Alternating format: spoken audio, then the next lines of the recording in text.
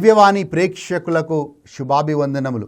క్రీస్తే పునాదిగా అనే కార్యక్రమానికి మనందరినీ కూడా ఆహ్వానిస్తున్నాం. బాగున్నారా? ఈరోజు ప్రత్యేకమైన సందేశం. ఉపవాసం లెంటు దినాలను చేయాలియా, లేకపోతే 365 రోజులు మనం ఉపవాసంలో ఉండాలా అనే విషయాన్ని మనం ధ్యానించబోతున్నాం. ఈ పాటని ప్రార్థనగా చేసుకుని కొద్దిసేపు మనం దేవుని ఆరాధిద్దాం. అటు తర్వాత దేవుని వాక్యాన్ని విందాం.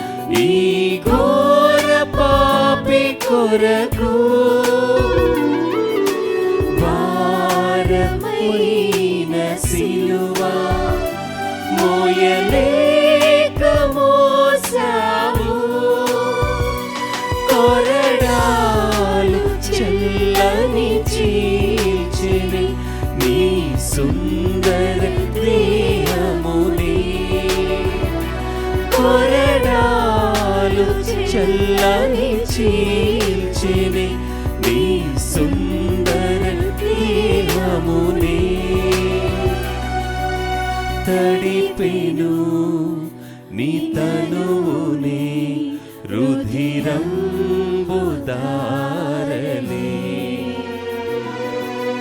తడిపెను నీ తనువునే రుధిరంబుదారలే.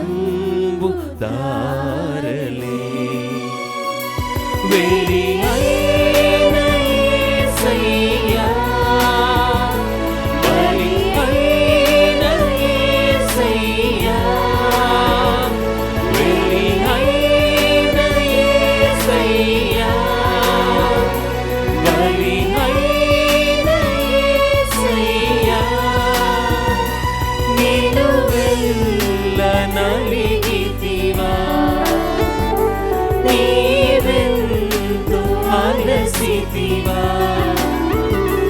నిలువెల్ల నలిగితివా, నీవెంతో అలసితివా, సిలువలో ఆ సిలువలో ఆ ఘోర కల్వరిలో తులువల మధ్యలో వేలాడిన యేసయ్యా, తులువల మధ్యలో వేలాడిన యేసయ్యా.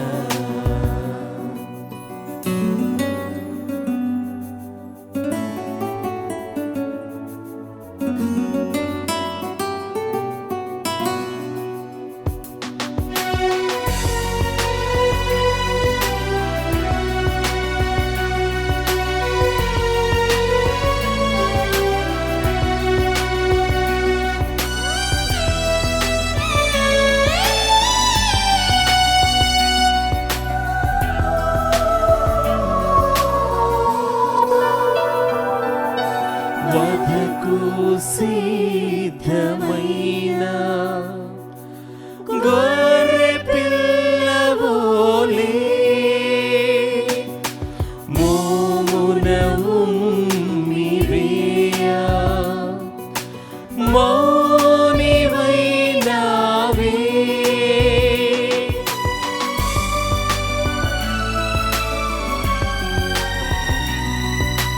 వధకు సిద్ధమైన గొర్రె పిల్లవోలే మోమున ఉమ్మివేయ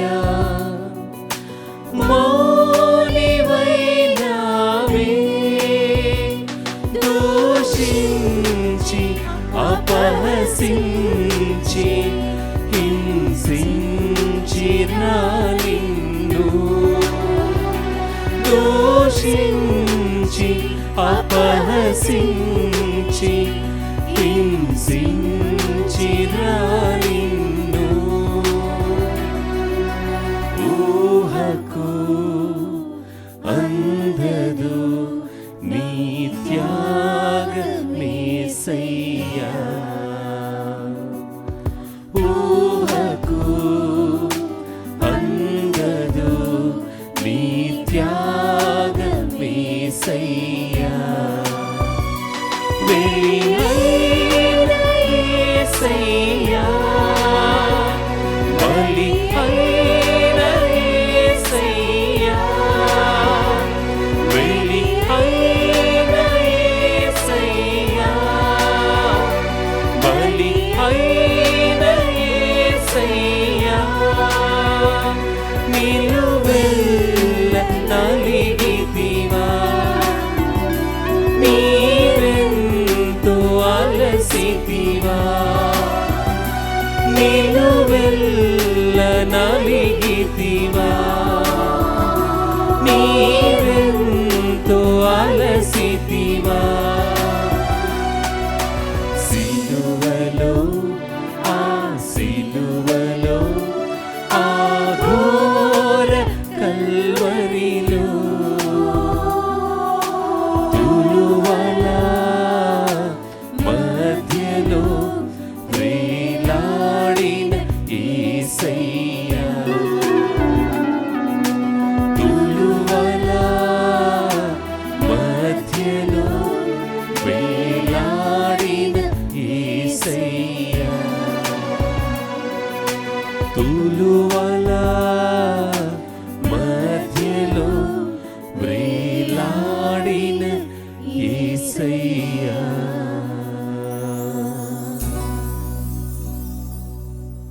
వాక్యం వినబోయే ముందు తలలు వంచి ప్రార్థన చేసుకుందాం. మమ్మల్ని మికిలిగా ప్రేమించు మా తండ్రి, ఆశ్చర్యకరుడవు, అద్భుతాలు చేసేవాడవు. ప్రభువా, నీ సన్నిధిలోకి వస్తూ ఉన్నాం.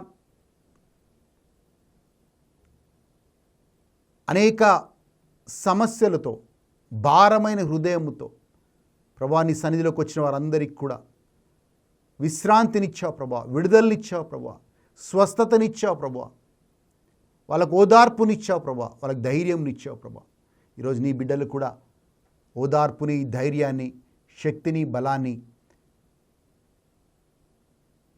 అన్నిటినీ పొందుకొని ప్రభువా ముందుకి విశ్వాస జీవితంలో వాళ్ళు వెళ్ళే కృపనివ్వమని యేసు నామములో అడిగి వేడుకొంచున్నాము తండ్రి.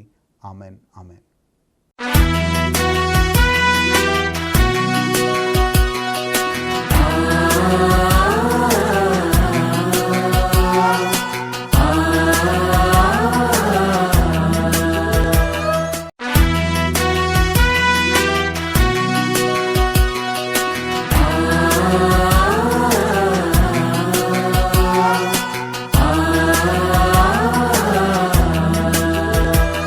ఈరోజు చాలామంది అనేక బంధకాల్లో వాళ్ళు జీవిస్తూ ఉంటారు.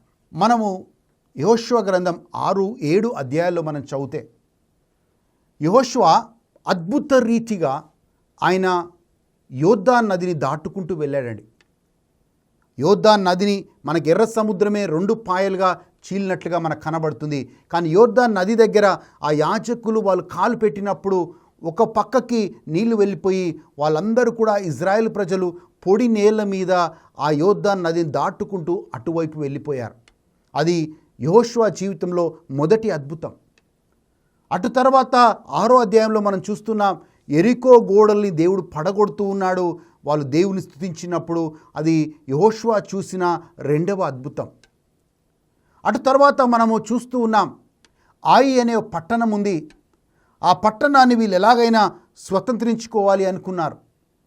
కానీ అప్పుడు యెహోషువ చూసినప్పుడు చాలా ఒక 2000-3000 మంది సైన్యం ఉంటే సరిపోతుంది, ఆ యొక్క ఆయి పట్టణాన్ని ఈజీగా మనం స్వతంత్రించుకోవచ్చు, మనం గెలవచ్చు అని వాళ్ళందరూ కూడా యెహోషువకు చెప్పారు. యెహోషువ ఎప్పుడైతే ఆయన సైనికులను పంపించారో వాళ్ళ యుద్ధంలో ఓడిపోతున్నారు. అనేక మంది గాయపరచబడుతున్నారు, కొంతమంది చనిపోతున్నారు, కొంతమంది ఆ యొక్క యుద్ధ వాతావరణం చూసి భయపడి తిరిగి వాళ్ళు భయపడుకుంటూ తిరిగి వచ్చిన సందర్భం. యెహోషువకి ఒక నిరాశ, ఒక నిస్పృహ. ఎందుకు నాకు ఇలా జరిగింది? ఎందుకు నేను ఓటమిని చవి చూశాను? నా దేవుడు నన్ను వదిలేశాడా? యోర్దాను నదిలో ఉన్న దేవుడు ఎక్కడా? యెరికో పట్టణము ఆ యొక్క గోడలు కూల్చివేసిన దేవుడు, నాతో ఉన్న దేవుడు ఈరోజు ఎక్కడా అని యెహోషువ ఆయనలో ప్రార్థన చేస్తూ ఉన్నాడు. అర్థం కావట్లేదు. అలాంటి సందర్భంలో దేవుడి దగ్గర విచారణ చేస్తూ ఉన్నాడు, ప్రార్థన చేస్తూ ఉన్నాడు. ఆయన గమనించిన విషయం ఏంటంటే, ఆకాను అనే ఒక వ్యక్తి దేవుడి మాటకి విరుద్ధంగా ఆ యెరికో పట్టణంలో నుంచి శాపకరమైన వస్తువులని కొన్ని తీసుకొని వచ్చి ఆ ఇజ్రాయెల్ గుడారముకు తీసుకొని వచ్చాడు. ఆ ఇజ్రాయెల్ గుడారానికి ఆ శాపకరమైన వస్తువులని ఆయన తీసుకొని వచ్చాడు. కాబట్టి ఇజ్రాయెలు యుద్ధంలో ఓడిపోయింది. ఈరోజు ప్రియమైన వారలారా, మన కుటుంబంలో పదే పదే ఓటమిని చూస్తున్నామా? మనం ఒకటనుకుంటే ఒకటి జరుగుతుందా? అనేక మార్లు అసలు ఏం జరుగుతుందో అర్థం కాని స్థితిలో మనం జీవిస్తున్నామా? ఇజ్రాయెల్ జీవితంలో కూడా అదే జరిగింది. ఎందుకంటే వాళ్ళ గుడారాల్లో శాపకరమైన వస్తువులు ఒక కుటుంబంలో ఉన్నాయి. ఎప్పుడైతే ఇది యెహోషువకు తెలిసిందో అప్పుడు ఆ శాపకరమైన వస్తువులను తీసుకొచ్చిన వ్యక్తిని, అలాగే ఆ వస్తువులన్నిటినీ నాశనం చేసిన తర్వాత మళ్ళీ యెహోషువ యుద్ధానికి వెళ్ళి గెలవటం మనం బైబిల్లో చదువుతున్నాం. ఈరోజు చాలా మంచి మంచి వస్తువులని చెప్పి మనం షోకేసులోకి తెచ్చుకుంటాం, మన ఇళ్లలోకి తెచ్చుకొని అవి జాగ్రత్తగా మనం భద్రపరుస్తూ ఉన్నాం. కానీ అవి ఒకవేళ శపించబడ్డ వస్తువులైతే, శాపకరమైన వస్తువులైతే అవి ఆ కుటుంబానికి కీడు చేస్తాయి అనే మాటని మీకు జ్ఞాపకం చేస్తూ ఉన్నా. ఈ మధ్యకాలంలో ఒక అమ్మాయి ప్రార్థనకు వచ్చింది. అమ్మాయి చాలా చక్కగా చదువుకునేది, చాలా మర్యాదగా ఉండేది. కానీ క్రమముగా కొన్ని రోజుల నుంచి, కొన్ని నెలల నుంచి అమ్మాయి మౌనంగా అయిపోయింది. ఎవరితో మాట్లాడలేదు, అటు ఇటు ఎవరితో మాట్లాడలేదు. ఏం జరిగింది అని వాళ్ళకి ఏం అర్థం కావట్లేదు. అన్నీ బాగానే ఉన్నాయి, కాలేజీకి వెళ్తుంది వస్తుంది, కానీ ఎవరితో మాట్లాడలేదు, మౌనంగా ఉంటుంది. ఆమెను ఒక దగ్గరికి ప్రార్థనకు తీసుకెళ్ళినప్పుడు ఆ వ్యక్తి, ఆ దైవజనుడు ప్రార్థన చేస్తూ ఉన్నాడు. ప్రభువా, ఏంటి ఈ అమ్మాయి సమస్య అని ప్రార్థన చేసినప్పుడు దేవుడు ఆమె చేతికి పెట్టబడ్డ ఉంగరాన్ని చూపించాడంట. ఆ ఉంగరం ఎప్పుడైతే ఈయన ముట్టుకున్నాడో అప్పుడు ఆమె గట్టిగా అరవడం మొదలుపెట్టింది. అంటే ఆ అమ్మాయికి ఎవరో ఆ శాపకరమైన ఆ ఉంగరాన్ని ఆమెకి ఎవరో తొడిగారు. ఆ ఉంగరాన్ని తొడిగారు కాబట్టి ఆ అమ్మాయి ఆ వస్తువు వల్ల, ఆ శాపకరమైన వస్తువు వల్ల ఆమె సాతాను బంధకంలోకి వచ్చింది. ఆ బంధకంలోకి వచ్చిన ఆమె ఇక ఎవరితో మాట్లాడటం లేదు, మౌనంగా అయిపోయింది. చదువు మీద శ్రద్ధ లేదు, ఒక బందీగా అయిపోయింది. కానీ ఎప్పుడైతే ఆ వ్యక్తి ప్రార్థన చేసి ప్రభువైన యేసుక్రీస్తు రక్తం ఈ అమ్మాయిని శుద్ధి చేయనుగాక అని ప్రార్థన చేస్తూ ఆ ఉంగరాన్ని తీసేశాడో ఆ అమ్మాయి మళ్ళీ ఫ్రీ అయిపోయింది, స్వతంత్రురాలుగా అయిపోయింది. మళ్ళీ యథావిధిగా సాధారణమైన జీవితాన్ని ఆమె జీవిస్తూ వచ్చింది. ఈరోజు తెలిసి తెలియకుండా మన ఇంట్లో కానీ వస్తువు రూపంలో కానీ మీరు జాగ్రత్తగా సమయం ఉన్నప్పుడు మీరు యోషువ గ్రంథం 6వ అధ్యాయం 7వ అధ్యాయం మీరు చదివినట్లయితే మీకు అర్థమవుతుంది. శాపకరమైన వస్తువులు ఆ ఇజ్రాయెల్ ప్రజలు ఆ గుడారంలో తీసుకొచ్చినప్పుడు వాళ్ళు శత్రు దేశం, అంటే వాళ్ళకంటే బలహీనంగా ఉన్న శత్రు దేశం మీద వాళ్ళ ఓటమిని చూస్తూ వచ్చారు. మన ఇండ్లల్లో మనము ఎప్పుడైతే ఈ శాపకరమైన వస్తువులను ధరిస్తామో మనము కూడా ఓటమిని చవి చూస్తూ ఉంటాం. మన జీవితంలో ఏం జరుగుతుందో అది అర్థం కాని దశలో మనం జీవిస్తూ ఉంటాం. ప్రియమైన వారలారా, మనం శాపకరమైన వస్తువులకు భయపడనవసరం అవసరం లేదు. కానీ ప్రభు అయిన క్రీస్తు రక్తం కింద, రక్త ప్రోక్షణ కింద మనం ఉంటే ఆ శాపకరమైన వస్తువులకి ఎలాంటి శక్తి ఉండదనే మాటను గమనిస్తూ ఉన్నా. ఈరోజు అలాంటివి ఏమున్నా సరే మనం దాని నుంచి దూరం చేయాలి, దాన్ని పడేయాల్సిందిగా నేను మిమ్మల్ని అందరినీ కోరుతూ ఉన్నా. దాని తర్వాత మనం కొంచెం ముందుకెళ్ళి మనము వాక్యాన్ని ఈరోజు చూద్దాం. ఆ బంధకాల నుంచి, ఇలాంటి భయంకరమైన బంధకాల నుంచి మనము మంచి చేస్తూ ఉంటాం కానీ కీడే వచ్చింది. యోబు అంటాడు, నేను మంచి చేస్తూ ఉన్నాను కానీ నీ కీడే వచ్చింది. ఒక వ్యక్తి సుదీర్ఘంగా బుద్ధిపూర్వకంగా పాపంలో ఆయన జీవిస్తే ఆయన ఒక బంధకంలోకి వస్తాడు. ఆ బంధకం ఏం చేస్తుందంటే ఆ వ్యసనంలో నుంచి, ఆ సమస్యలో నుంచి ఆ వ్యక్తిని బయటికి రానివ్వదు. మరి ఆ బంధకాన్ని ఎలా విరగొట్టాలి? వాక్యంలో మార్క్స్ వార్త 9వ అధ్యాయంలో యేసుప్రభు అంటున్నాడు, ఇలాంటివి దయ్యపు శక్తులు కేవలం ఉపవాస ప్రార్థన వల్లనే సాధ్యమన్నాడు యేసుప్రభు. ఒక దయ్యం పట్టిన వాణ్ణి శిష్యుల దగ్గరికి వాళ్ళు తీసుకొని వస్తూ ఉన్నారు. ఆ శిష్యులు ఆ దయ్యాన్ని వెళ్ళగొట్టలేకపోయారు. మళ్ళీ ఆ తండ్రి ఆ కుమారుణ్ణి యేసుప్రభు దగ్గర తీసుకెళ్ళాడు. యేసుప్రభు ఆ యొక్క దయ్యాన్ని వెళ్ళగొట్టాడు. శిష్యులు ఏకాంతంగా వెళ్ళి యేసుప్రభుని అడుగుతున్నారు, అయ్యా మేమెందుకు వెళ్ళగొట్టలేకపోయాం? మేము కూడా ప్రార్థన చేశాం. యేసుప్రభు అన్నాడు, ఇలాంటి అన్నీ కూడా ఉపవాస ప్రార్థన వల్లనే సాధ్యము అన్నాడు. ప్రియమైన వారలారా, ఉపవాస ప్రార్థన అనేది ఒక లెంట్ దినాల్లో మాత్రమే చేసేది కాదు. ఉపవాస ప్రార్థన అనేది క్రైస్తవుడి జీవితంలో ఒక భాగమై ఉండాలి. మరి దేనికి ఉపవాసం చేయాలి, ఎలా ఉపవాసం చేయాలి అని మనం చూస్తే మనకి ఇష్టమైనవన్నీ, కొంతమంది అంటారు నాకు అనారోగ్యం ఉంది నేను ఉపవాసం చేయలేను, నాకు షుగర్ ఉంది నేను ఉపవాసం చేయలేను, నాకు గ్యాస్ ట్రబుల్ ఉంది నేను ఉపవాసం చేయలేను. చూడండి, అలాంటి వాళ్ళకి దానియేలు గ్రంథంలో ఒక చక్కని ఉపవాసాన్ని దానియేలు చూపిస్తూ ఉన్నాడు. దానియేలు ఇంకా ఆయన ముగ్గురు స్నేహితులందరూ కూడా బబులోను దేశానికి యవ్వనస్తులుగా వాళ్ళు తీసుకొని రాబడ్డారు. అక్కడున్న రాజు వాళ్ళందరికీ ఒక మంచి అవకాశాన్ని ఇచ్చాడు. ఏమన్నాడంటే, ఆ రాజు ఏమి తింటాడో ఆ యొక్క టేబుల్ నుంచే ఆ భోజనపు బల్ల నుంచే వీళ్ళు కూడా తినడానికి రాజు అవకాశం ఇస్తూ ఉన్నాడు. రెండవదిగా రాజు తాగే ద్రాక్షరసంలో నుంచే వీళ్ళు కూడా తాగడానికి ఆ రాజు అవకాశం ఇస్తూ ఉన్నాడు. కానీ బైబిల్ గ్రంథం చెప్తోంది, దానియేలు గ్రంథం 1వ అధ్యాయం 8వ వచనంలో, ఆ రాజు టేబుల్ మీద ఉన్న ఆ రాజు తినే ఆహారం కానీ ఆ రాజు తాగే ద్రాక్షరసము తాగడం వల్ల ఆయనని ఆయన అపవిత్రపరచుకోలేదు అనే మాట చెప్తాం. దానియేలు వీళ్ళందరూ యవ్వనస్తులు. అక్కడ రాజు టేబుల్ అంటే రాజు తినే ఆహారం అంటే మామూలు ఆహారం ఉండదండి. దాన్ని ఇంగ్లీష్లో డెలికసీ అంటాం. అంటే చాలా ఉన్నతమైన ఆహారం, ఎన్నో వెరైటీస్తో రాజు టేబుల్ మీద ఆ యొక్క డైనింగ్ టేబుల్ మీద ఆ వంటకాలు ఉంటూ ఉంటాయి. కానీ దానియేలు ఒక రకమైన ఉపవాసం తీసుకున్నాడు. ఆ ఉపవాసం ఏంటంటే, అవన్నీ నేను తినకుండా కేవలము శాకాహారం మాత్రమే, అంటే వెజిటేరియన్ మాత్రమే, ఆహారం మాత్రమే నేను తింటాను అని ఒక నిర్ణయం తీసుకున్నాడు. దానియేలు గ్రంథం 9వ అధ్యాయం 3వ వచనంలో మనం చూస్తూ ఉన్నాం. కొన్ని సందర్భాల్లో దానియేలు ఉపవాసంతో ఉండి ప్రార్థన చేశాడు. ఇలా 1 సంవత్సరం 2 సంవత్సరాలు కాదు, దానియేలు 3 సంవత్సరాలు ప్రార్థన చేసినట్లుగా మనం బైబిల్లో చూస్తున్నాం. మరి ఈ 3 సంవత్సరాలు ఇవన్నీ వదిలేసి దానియేలు ఒక సాధారణమైన ఆహారము తింటూ అవసరమైన ఉపవాసం చేసినప్పుడు దేవుడు దానియేలుని ఎలా దీవించాడు అంటే 4 ఆశీర్వాదాలు దానియేలు జీవితంలో చూస్తాం. ఒక ఆశీర్వాదం ఏంటంటే, దానియేలు గ్రంథం 6వ అధ్యాయం 3వ వచనంలో మనం చూస్తాం. దానియేలు ఒక శ్రేష్టమైన ఆత్మను కలిగి ఉన్నాడు. He had an excellent spirit.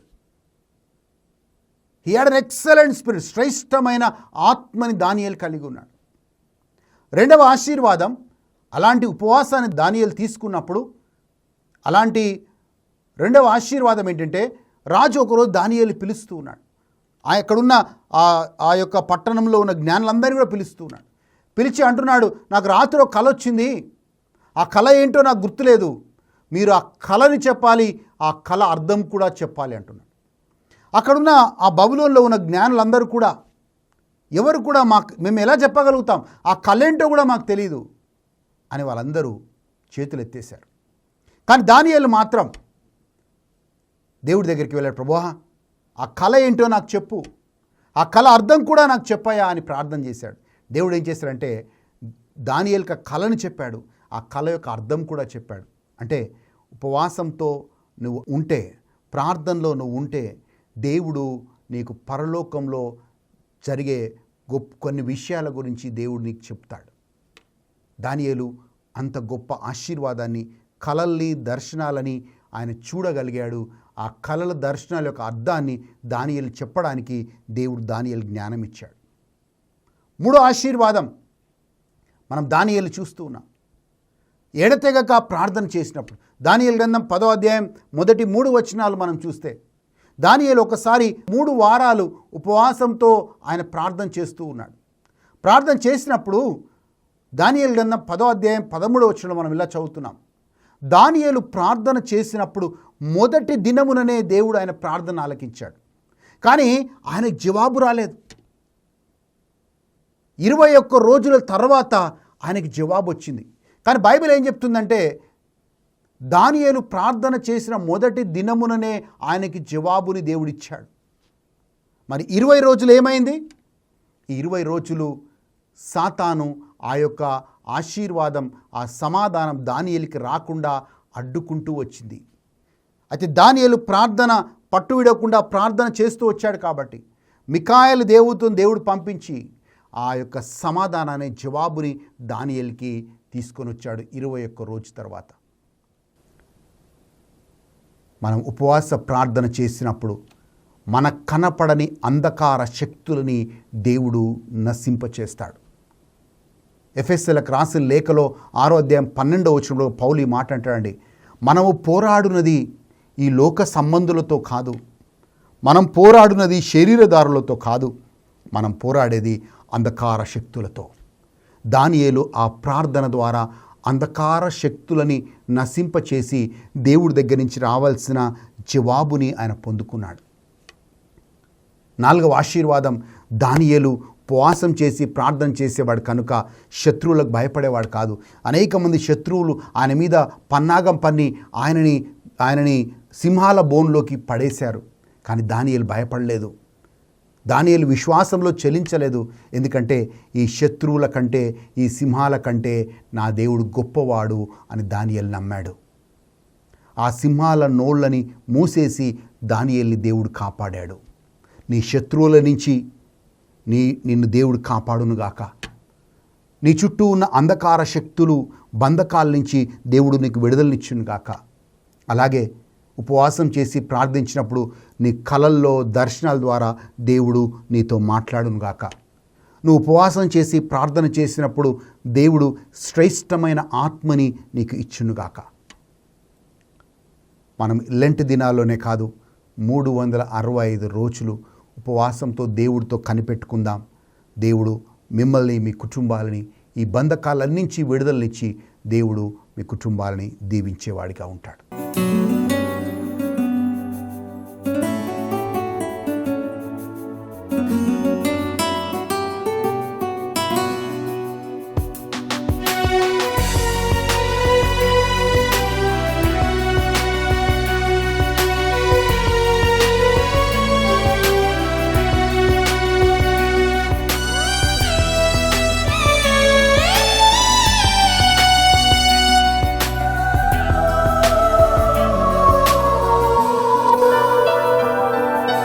వధకు సిద్ధమైన గొర్రె పిల్లవోలే మోమున ఉమ్మివేయ మౌనివైనావే.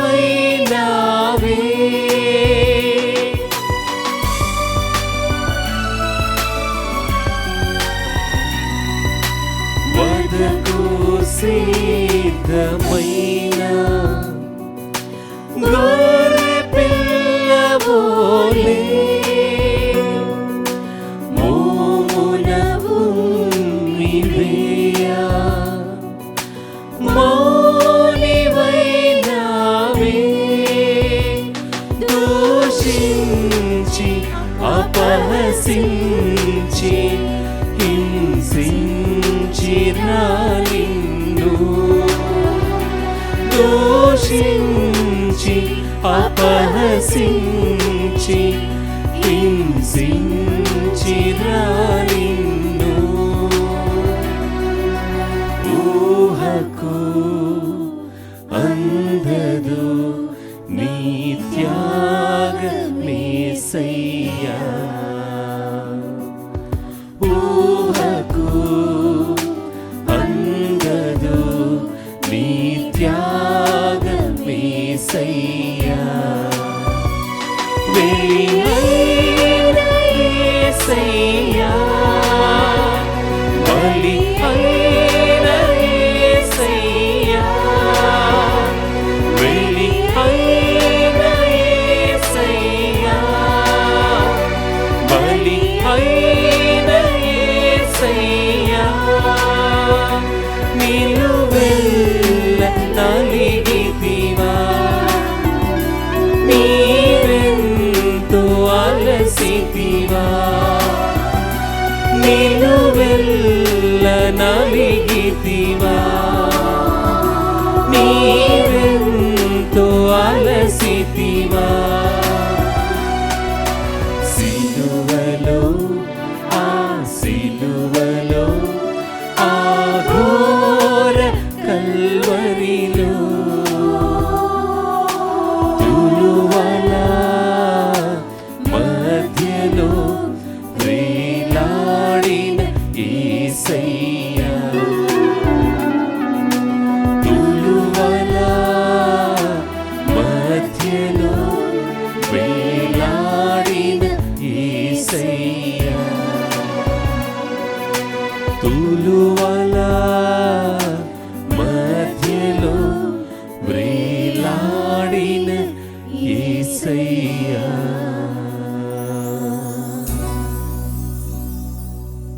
ఈ పాటని ప్రార్థనగా చేసుకొని ఆ శాపకరమైన వస్తువులన్నిటి కూడా దేవుడు సమర్పించి, ప్రభువా నేను ఈ ఉపవాస దినాల్లోనే కాదు, నేను ఎప్పుడు కూడా నీ దగ్గర కనిపెట్టుకొని నీ సన్నిధిలో నివాసం ఉండే కృపని నాకు ఇవ్వమని అడుగుదాం. తండ్రి నీకు వందనాలు, నీకు స్తోత్రాలు ప్రభువా. దానియేలు ఎలాగైతే ఉపవాసం చేసి ఆశీర్వాదాలు పొందుకున్నారు, ప్రభువా నీ బిడ్డలకు కూడా అదే భారం ఇవ్వండి. వాళ్ళ ఉన్న బంధకాల్లో నుంచి, వాళ్ళకున్న అలవాట్లో నుంచి వాళ్ళకు విడుదల దయచేయండి. వాళ్ళందరినీ దీవించండి, ఆశీర్వదించండి ప్రభువా. వాళ్ళ కుటుంబాల్లో మేలులు చేయమని యేసుక్రీస్తు నామములో అడిగి వేడుకుంటున్నాము తండ్రి. Amen, amen. మళ్ళీ వచ్చే వారం ఇదే సమయానికి క్రీస్తే పునాదిగా అనే కార్యక్రమం ద్వారా కలుద్దాం. దేవుడు మిమ్మల్ని మీ కుటుంబాలని హేరాళంగా దీవించునుగాక. God bless you.